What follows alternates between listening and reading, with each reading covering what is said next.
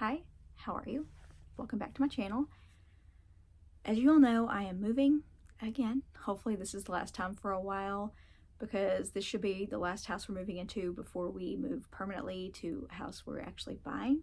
Instead of doing the TBR board game this time, because I don't need any pressure with the move, I need to focus on some arcs. These are books that I don't want to have looming over me whenever I move. I want to have them read before I move. I don't want to take them with me as far as in my brain, you know, on my TBR, whatever. I need to get to these before I move. So yeah, I'm going to tell you the books that I plan on reading for March. Also, as you all know, Old School April starts on April 1st. I'm very excited. I wait all year for this. I'm stoked about it. I've been preparing for it. So these I want to have done. I don't want to just have them waiting on my TBR, because these are ones that I've been excited to read. These are ones that, you know, either they're coming up, their publication dates are coming up and I want to have them done before that, or they've been waiting on my TBR for too long, you know, whatever the case may be. So let's get into it. Number one, this is one that the publication is coming up in March, so that's why I want to get to this one. And the author actually sent it to me, and it is called What Doesn't Cure You, and this is by Stacey Dighton. This is my second book by this author. Absolutely loved the first one. It was nice and creepy. Took it farther than I expected. Loved it. And that book was called The Faraway People. It was great. So this is my second one. So whenever this author reached out to me and said, will you review a book for me? I was like, absolutely. So I'll just read you the first part of it. It says, a terrible secret that lurks beneath the mountains, a strange material that holds miraculous healing powers, and an ancient species that needs to feed. There's a lot going on with this. It involves like caving as well. So this guy and his best friend go to these mountains and they go on this caving expedition, and they find some sort of creature like this. They find this sort of subterranean species in this cave. And they also find this substance that has healing powers. So they think they're going to make millions off of this stuff. He also, you know, he gets out of the mountains with this stuff, this substance, but then he starts to have these visions, like these disturbing visions. It says, however, after he is visited by increasingly disturbing visions and people close to him are brutally slain, he starts to wonder if there's more to this groundbreaking discovery than meets the eye. So yeah, lots going on here, and it sounds really great. He sent me a letter. I won't read you the whole letter, but it says at the end that he included a little gift. It says, just don't give it caffeine. And it has this little,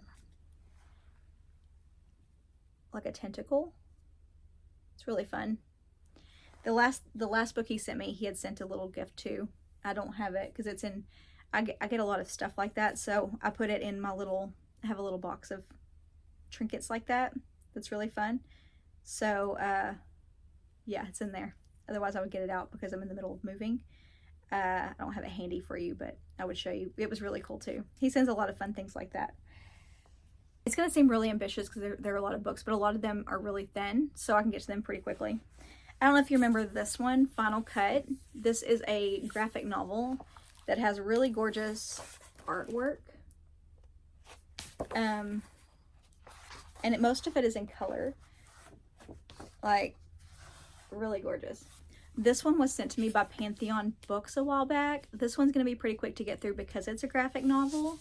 And this was just a fun, like they had just sent it to me as a gift. So, like, there's absolutely no pressure to read it, but I want to because they were kind enough to send it to me. This is about a group of friends. When they were kids, they would make these horror and sci-fi films, convincing their friends to star as the actors or whatever.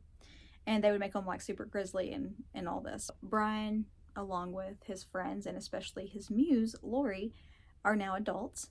Brian is now, you know, he's a talented artist, he's a filmmaker, and they're all setting off to like a remote cabin in the woods, and they're gonna film this new horror / sci-fi film. And you know, his muse Lori, you know, he has affections for Lori, but Lori isn't reciprocating. You know, she doesn't feel the same way about him. And you know, she is like starring in this film. And it says, Brian writes and draws himself into a fantasy where she is the girl of his dreams, his damsel in distress, and his savior wrapped into one. And of course, you know,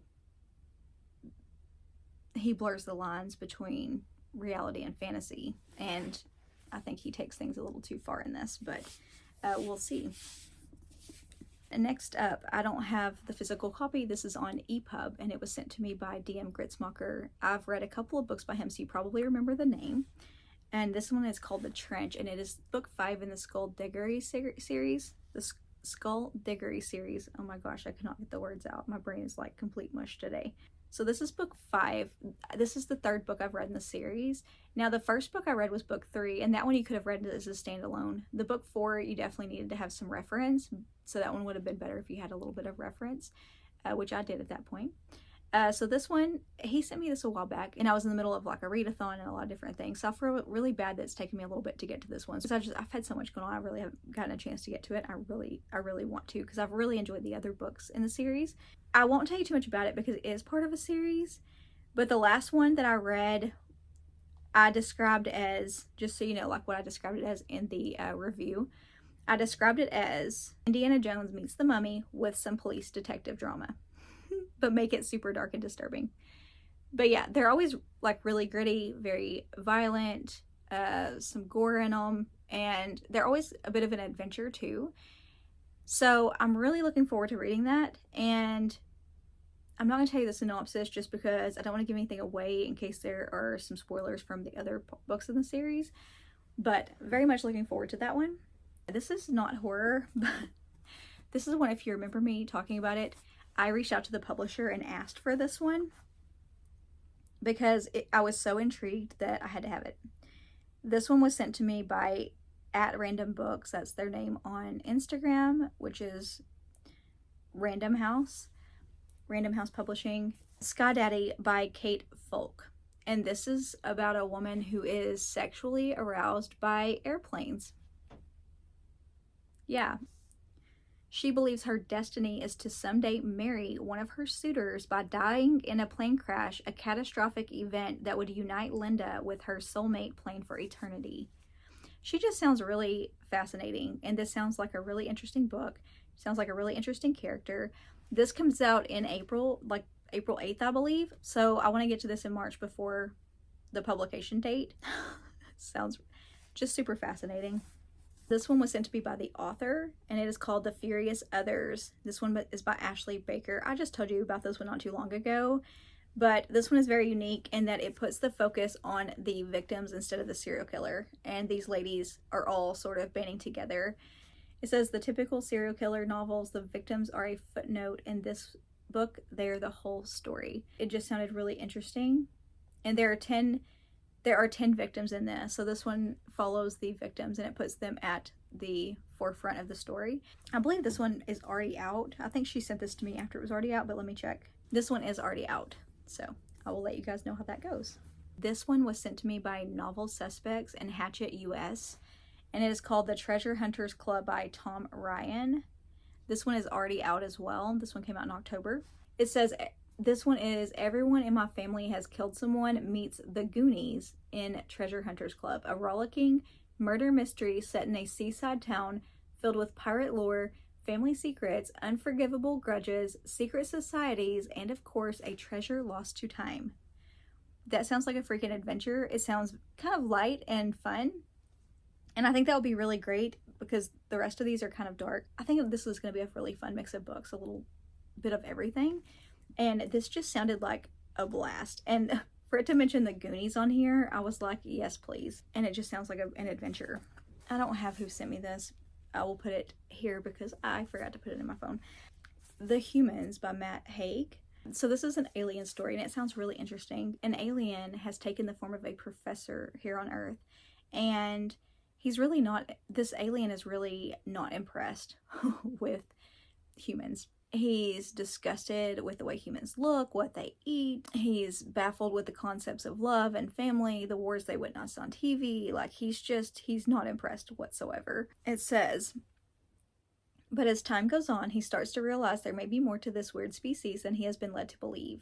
He drinks wine, reads Emily Dickinson, listens to talking heads, and begins to bond with the family he lives with in disguise. In picking up the pieces of the professor's shattered personal life, the narrator sees hope and redemption in the human's imperfections and begins to question the very mission that brought him there, a mission that involves not only thwarting human progress, but murder.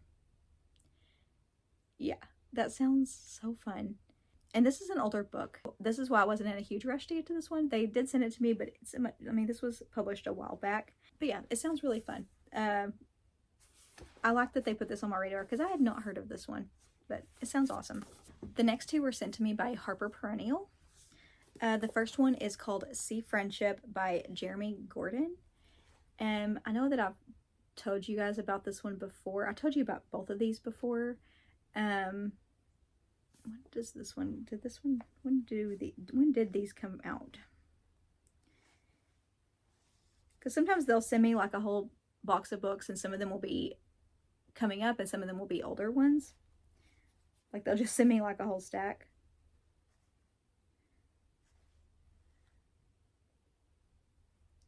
Okay, this one comes out on March 4th, so this one is coming up pretty soon. So I'll read this one very quickly and then I'll get it out before publication date.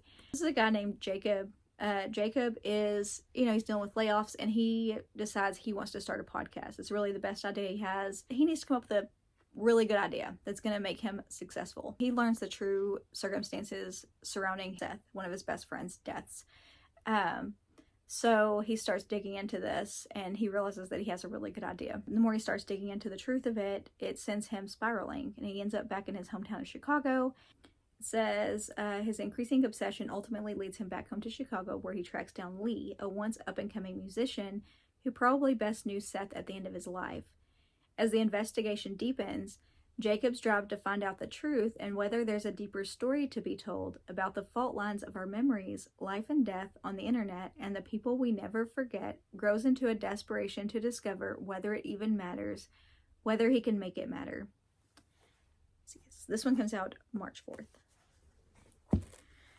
And then we have She's Always Hungry by Eliza Clark. This one is already out. This is a book of short stories. There are 4 short stories in this, and all of them involve hunger in some way or another.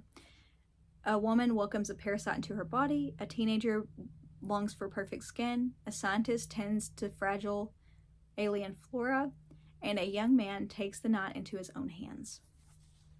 So, I have read another book by this author, really enjoyed it, so I am intrigued by this. It sounds like a really interesting concept. This is another one that hasn't taken me way too long to get to. I actually started this one a while back. Whenever it was sent to me, I started it and I actually was really enjoying it. And this is a book of short stories and they all involve fishing. So 13 original ghost stories concerning fish, fishing, and fishy places. And it's by Peter Weiss and it's called Disturbing the Water. So yeah, like I said, I had started this one, was really enjoying it, and then life happened, not books, but life in general had happened, and I had to stop reading it. And then he had reached out to me not too long ago and was like, hey, did you ever finish that one? Because I did, the date had come up, the publication date, and I had like posted about it and said, hey, happy publication date. I had started this one, am really enjoying it, and just, posted about it. That way I could post my thoughts so far on it. But I told him, oh my gosh, I'm so sorry. I did, because he knew that I had started reading it and then I did post about it. But anyways, I apologized and was like, I'm so sorry, I need to finish that one. So I'm going to finish this one in March as well because I was really enjoying it. That seems really ambitious, but like I said, most of these aren't very thick. They're pretty quick to get to, and I typically read this amount of books or more every month anyways, like between 10 and 15, depends on my mood. And if I get through these, because they are not too big, I have others that I can get to as well. I'm going to get to as many of these as I can because these are all some that I am very interested in reading, and I went with my mood on these too. I'm like, these all sound really interesting. And like I said, most of these I'm not obligated to read. There's some that publishers or whoever have sent to me like as gifts or whatever. But I do like to read them because I think it helps. It helps the authors out, and I'm really interested in them anyways. But thank you for watching. Sorry, you know, if this wasn't as exciting as the board game, but with moving, I just couldn't obligate myself to having to stick to a TBR this month because I have to pack up a whole house and move. It's not gonna be fun, and that includes over 1,000 books. So, wish me luck. But the cool news is, when we get moved, I will most likely be giving a library tour. I'm really going to try to find a 4-bedroom for us. That way I can have an actual library, but it's not looking very likely that we're going to find one in our area. So far, we're only able to find 3 bedrooms. It's all the realtor is able to find so far on rentals, but we're doing our best. Anyhow, next Friday, I will have my February reading wrap up. You'll find out what all I read for February, if I met my TBR goals, and what I thought of all the books. I will see you next Friday. Bye for now.